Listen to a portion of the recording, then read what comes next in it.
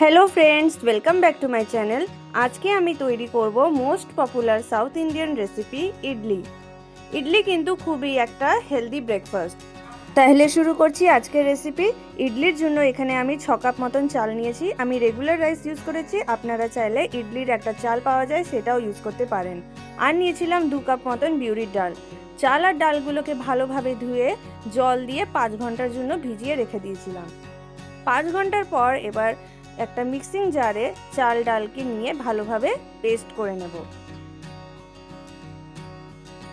পেস্টটা তৈরি হয়ে গেছে। এবার হাত দিয়ে এটা 5 মিনিট মতন ভালোভাবে ফেটিয়ে নেব। তারপরে এটা ভালোভাবে আমি টাওয়াল দিয়ে ঢেকে ফার্মেন্টেশনের জন্য রেখে দিয়েছিলাম 8 ঘন্টার জন্য। ব্যাটারটাকে অবশ্যই একটা অন্ধকার আর গরম জায়গায় রাখবে, তাহলে ব্যাটারটা ভালোভাবে ফুলবে। ব্যাটারটা ভালোভাবে ফুলে গেছে। এবার এর মধ্যে দিয়ে দিলাম 1 চামচ মতন নুন, দিয়ে এটা হালকাভাবে মিক্স করে নেব। ইডলির ব্যাটার তৈরি হয়ে গেল। এখানে আমি ইডলির বাসনে জল দিয়ে গরম হতে বসিয়ে দিয়েছিলাম। এবার ইডলির ট্রের মধ্যে আমি রিফাইন্ড অয়েল ব্রাশ করে ইডলির ব্যাটারগুলো ট্রের মধ্যে দিয়ে দিয়েছি। তারপরে এবার রেখে দেব স্টিমারের মধ্যে। গ্যাসের ফ্লেমটাকে হাই করে 15 থেকে 20 মিনিট ইডলিটাকে স্টিম হতে দেব।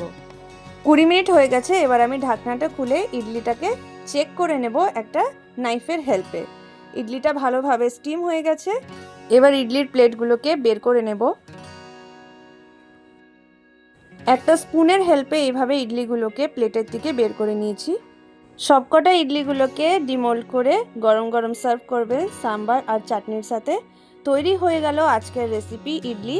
আমার রেসিপিটা যদি ভালো লেগে থাকে তাহলে অবশ্যই কিন্তু কমেন্ট করে জানাবেন আর আমার চ্যানেলটাকে সাবস্ক্রাইব করে দেবেন।